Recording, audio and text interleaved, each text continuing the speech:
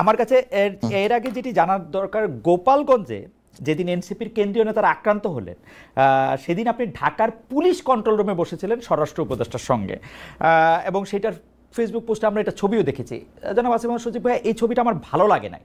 এটা যে আমার ভালো লাগে নাই, এইটা আমি আমার বিভিন্ন কথা আমি বলতেও চেষ্টা করেছি, জানতেও চেষ্টা করেছি। আজ আপনাকে পেলাম, তাই আপনার কাছে একটু জানতে চাই, আপনি কোন ক্ষমতা বলে সে একটা কন্ট্রোল রুমে বসেছিলেন এবং আপনি কি নির্দেশ কাকে দিচ্ছিলেন যে মানে এটা করতে হবে বা ওইটা করতে হবে, এরকম কি নির্দেশ আপনি দিয়েছিলেন? আমি আমি কাউকে কোনো নির্দেশ দিচ্ছিলাম না। আমি সেখানে একটু মানে মূলত আমি হচ্ছে সরকারের আইন শৃঙ্খলা বিষয়ক যে উপদেষ্টা কমিটি, সেই কমিটির সদস্য, এবং সেটা হিসেবে আইন শৃঙ্খলা বিষয়ক ইয়াতে আমার থাকার ক্ষেত্রে ফর্মাল আসলে অফিসিয়াল কোনো বাধা নাই। এবং সেখানে ওই সময়টা তো খুব ক্রাইসিস সিচুয়েশন যাচ্ছিল, সেখানে যে কোনো ধরনের দুর্ঘটনা ঘটতে পারতো। তো সেই জায়গা থেকে সরকারের কন্ট্রোল রুমে আইন আমাকে শৃঙ্খলা, আমি একটু একটু একটু করে শুনে শুনে আসি, সরকারের আইন শৃঙ্খলা বিষয়ক কমিটিতে আর কে আছে? মানে স্বরাষ্ট্র উপদেষ্টা আপনি, আর কোন উপদেষ্টা কে আছেন? হ্যাঁ, আরো প্রায় এটা হয়তো 12 জন উপদেষ্টার আইন শৃঙ্খলা বিষয়ক কমিটি মানে 12, মানে আইন উপদেষ্টা। শৃঙ্খলা বিষয়ক কমিটির সব উপদেষ্টাই মোটামুটি সদস্য নাকি 12-13 জন সদস্য? না, সব উপদেষ্টা না, 12 জন সদস্য বোধহয়। এবং তারা এরকম কন্ট্রোল রুমে গিয়ে থাকতে পারেন, মানে আইনে বাধা নাই? না, ফর্মালি তো এতে কোনো আসলে বাধা নাই। আমি আচ্ছা, তো সরাসরি কোনো নির্দেশনাও দিচ্ছিলাম না, যেটা স্বরাষ্ট্র উপদেষ্টা নির্দেশনা দিচ্ছিলেন। আমি সেখানে কোঅর্ডিনেশন করার চেষ্টা করছিলাম। যেমন মনে করেন, এই যে পুলিশ পাঠানো হবে, কিন্তু পদ্মা সেতুর সামনে বৈষম্য বিরোধী ছাত্র আন্দোলনের লোকজন অবরোধ করে রাখছে, পুলিশ যেতে পারছে না। তো এই কারণে এই কোঅর্ডিনেশনটার জন্য স্বরাষ্ট্র উপদেষ্টা তিনি আমাকে ফোন করেছিলেন, আমি গিয়েছিলাম। এবং ওদের সাথে যেহেতু আমার যোগাযোগ আছে, পূর্ব পরিচিতি আছে, তো ওদেরকে বলে তখন ওই কোঅর্ডিনেশনটা করা, যাতে করে সেখানকার ওই পরিস্থিতি সামাল দেওয়ার ক্ষেত্রে কোনো ধরনের বাধা তৈরি না এই হয়। এই ছবিটি কে তুলেছিল? আপনার কোনো সহকারী, মানে কে পোস্ট করেছিল? এই ছবিটির উৎস কি?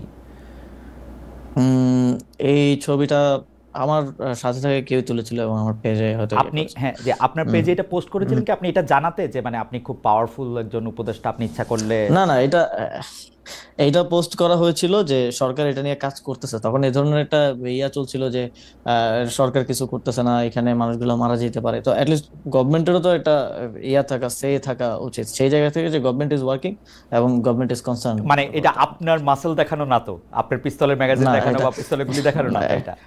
এটা এটা কোনোভাবেই না। এবং ইয়াতে মানে ওইটাও তো ম্যাগাজিন তো দেখানোর জন্য না, এটা তো না ওইটা, দেখানোর, দাঁড়া, ওইটা আমি এটার কারণে ওইটা আমি ওইটা আমি আমি ওইটা নিজেও বিব্রত আচ্ছা, হয়েছে। হ্যাঁ, কিন্তু ওই ছবিটা আপনি পোস্ট করেছিলেন এই কারণে না তো? দেখো যে আমি কিন্তু আম হিয়ার, আম দ্য চেয়ার, আমি ওরকম বলার জন্য না তো? না মানে আছে না একটা না, ফ্লেক্স না? আমার মনে হয় যে এই সরকারের একটা দুর্বলতার জায়গা হচ্ছে সরকারের কমিউনিকেশন আসলে হুম, একটু হুম। কম। দেখা যায় আওয়ামী লীগের সময় আমরা দেখেছি যে কাজ যতটুকু করতে এর থেকে বেশি বলতো।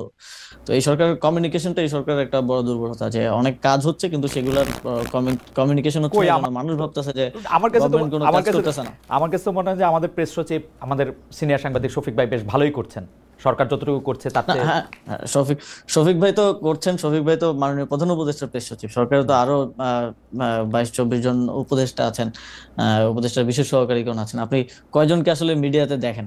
আচ্ছা, এটা কে ঠিক করে জনাব আসিফ? যে আমি এটা ওনাকে জিজ্ঞেস করছিলাম যে আপনার তো 22 জন উপদেষ্টা আছে, উনার অফিসে জিজ্ঞেস করছিলাম, আসলে ডেপুটি প্রেস সেক্রেটারির সাথে কথা হচ্ছিল যে 22 জন উপদেষ্টা আছে, যে এর মধ্যে আপনি কোন উপদেষ্টার কাজকে সামনে আনবেন, কোন কাকে পিছনে আনবেন? কারণ আমরা দেখি মাঝে মাঝে উপদেষ্টাদের কথাও প্রেস উইং থেকে বলা হয়, কিন্তু কার কথা কিভাবে বলা হবে এটা কি মানে ক্যাবিনেটে বসে আপনারা ঠিক করেন, নাকি ডক্টর ইউনূস নির্দেশ দেন যে এদের এদের কথা বলবেন বা আমার কথা বলবেন?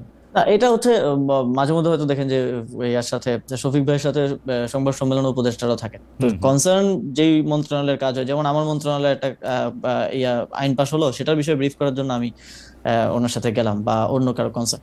তবে আমি দেখেছি যে উপদেষ্টার মধ্যে বেশিরভাগের মধ্যেই একটা মানে প্রচার বিমুখতা আছে। হুম। এবং স্বাভাবিকও, ওনারা তো আর পলিটিক্স করা, বা ওনারা তো সামনে আসার যে পলিটিক্যাল গভর্নমেন্টের মধ্যে যে ড্রাইভটা থাকে, যে আমি কাজ করছি এটা দেখাইতে হবে, এই যে একটা দায়ের জায়গা থাকে, তো এইটা তো ওনাদের নাই। সেই জায়গা থেকে কমিউনিকেশন গ্যাপ আছে। তো সেই জায়গা থেকেও মাঝে মধ্যে দেখা যায় যে মাঝে মধ্যে আমি চেষ্টা করি যে কমিউনিকেট করার, কারণ দেখা যায় যে এখন রিয়াকশনটা খুব দ্রুত হয়।